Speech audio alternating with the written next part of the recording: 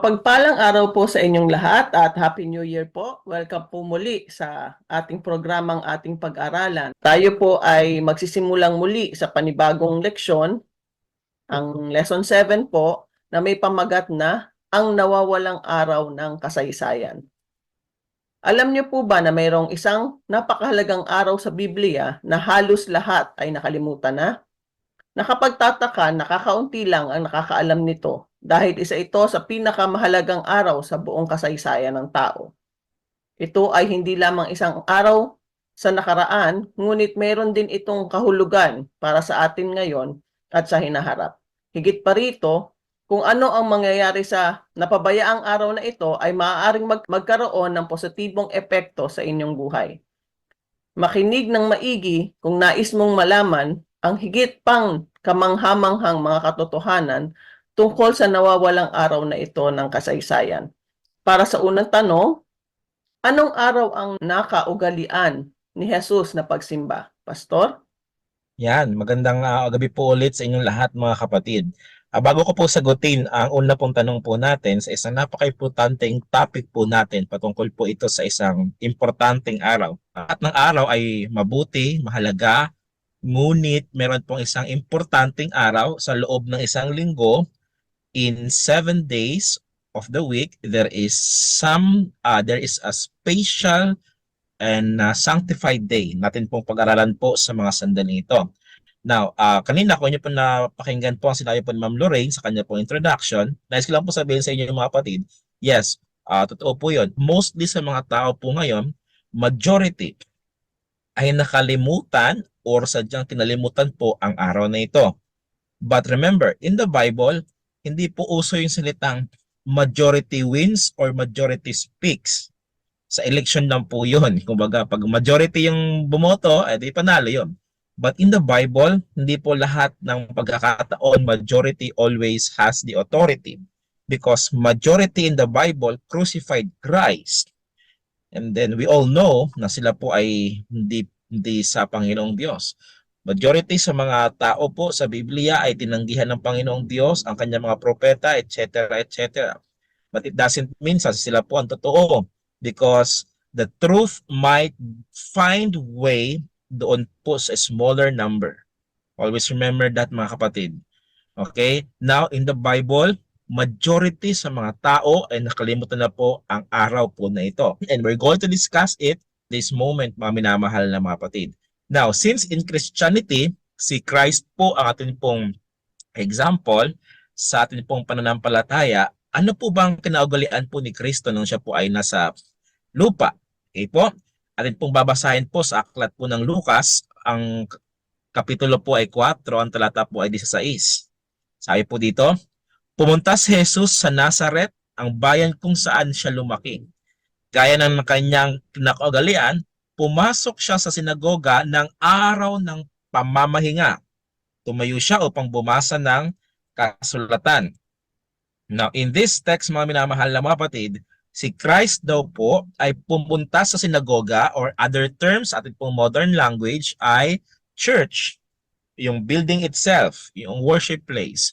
Siya daw po ay tumayo at nagbasa. Ibig sabihin po, norms or kinaugalian na po ni Kristo, since ito po ay commanded by God sa 10 Commandments, kung yun po naalala po yung 10 Commandments natin po na pag-aralan ng mga nakalipas natin pong study, ay si Christ po ay sa ika-4 na utos ay kanya pong ipinangilin ang araw ng kapahingahan.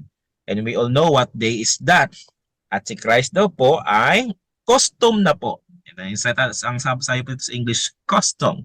Sabihin, kinagalaan niya na po na siya po ay mangilin ng araw ng Sabbath.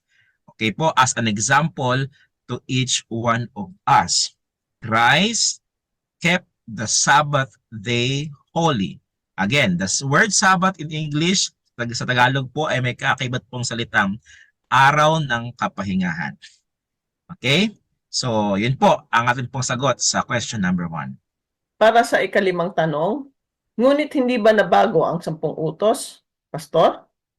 Hindi ba nabago ang 10 utos? Mga kapatid, mayroong gustong magbago. Sabi ng Panginoon sa, I think that is the book of Malachi, na I am God, I change not, or Malakay or Zechariah. But let us read our key text or mga preference na mga text po natin mga kapatid. Exodus 20 verse 1, ito po ang binabanggit. Ang lahat na ito'y sinabi nino po ng Diyos.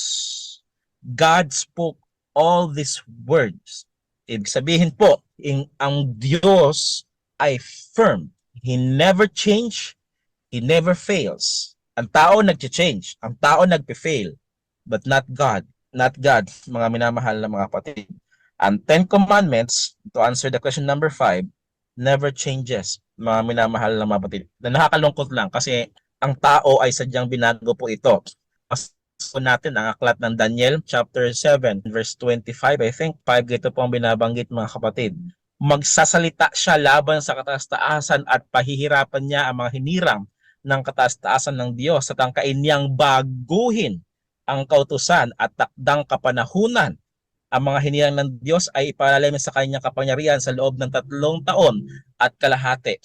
Ano pong point ito mga kapatid? Simple lang.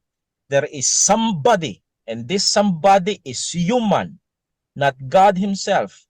This somebody is human trying and claiming to be God, na meron daw po siyang authority to change. Pero mga kapatid, the Bible told us, He never changed. Sabi nga po dito sa Psalms 89 verse 34, my covenant I will not break, nor alter the word that has gone out of my lips. Never po magbabago po ang Panginoong Diyos, mga minamahal na mga kapatid. In fact, sabi nga po sa Lucas chapter 16 verse 7, ang sabi ng Panginoon, mas madali pang maglaho ang langit at ang lupa kaysa mawalan ng bisa ang kahit isang tuldok ng kautusan. Mga kapatid, maglaho na ang langit, literal ha, maglaho ng lupa, literal, but not a dot in the commandments of God. That's how serious God is noong banggitin niya po ang 10 kautusan, mga minamahal na mga kapatid. Salamat po, Pastor. Para sa ikawalong katanungan, ngunit hindi ba ang Sabat ay binago na ng Linggo? Pastor? Ngunit hindi ba? So ito po yung sabi ko sa inyo mga kapatid kanina, dun po sa aklat ng Daniel chapter 7. Ang sagot po mga kapatid, no. Hindi po never itong binago ng Bible o ng Panginoon mga kapatid. There is no suggestion anywhere in the scripture that Jesus, the God the Father, God the Son, the Apostles, mga kapatid, wala pong binago, wala pong pagbabago. Pero sa atin pong kapanahunan, and the spirit of prophecy told us, and the prophecy in Daniel chapter 7 indeed happened. Okay? Man is trying to gain authority na baguhin po ang word ng Panginoong Diyos. Wala po itong authority. Hindi po ito mabisa mga kapatid kasi ano nga ba naman ang tao na papangaraping baguhin ang salita ng Panginoong Diyos. God bless the Sabbath day. Ito po ang binabanggit mga kapatid. The Lord blessed the Sabbath day and hallowed it sa Exodus chapter 20 verse 11. And then sa ating pong binasa kanina, Genesis chapter 2 verse 3, it is also an evidence na ang Panginoong Diyos ay hindi po binago ang araw ng Sabbath. Never ang Panginoong Diyos in the Bible. Alam niyo po, meron po ako na napanood na video sa Facebook. And by the way, this is also written or this is also recorded for formality's sake. Talagang ginawa po ng mga Catholics na sila po ay nag-print noon pong tinatawag nilang mga kasulatan, I forgot that name of that book.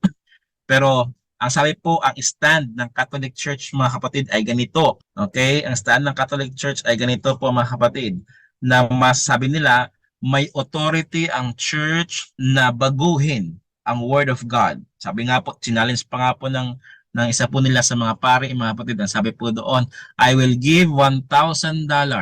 Sabi niya, for anyone who can prove that Sunday is the Sabbath. Hindi po Sunday ang Sabbath. Okay? Pero tanong, ang sunod po tanong doon, bakit daw po binago? Sabi po nila, ang claim po ng Roman Catholic Church, they have the authority to change the Sabbath into the first day of the week. Now, let me ask you, kayo po nakikinig po ngayon, kayo pong binigyan ng Panginoon ng free will, mga minamahal na mga kapatid, who will you obey? Yun po bang taong nangangarap na baguhin ang salita ng Panginoon? or mismo po ang salita ng Panginoon ang inyo pong susundin or susundan, mga minamahal na mga kapatid. Hanggang sa susunod pong bahagi ng ating pag-aaral, ito pong muli si Lorraine na nagpapaalala sa inyo na mahal tayo ng ating Panginoon. Bye!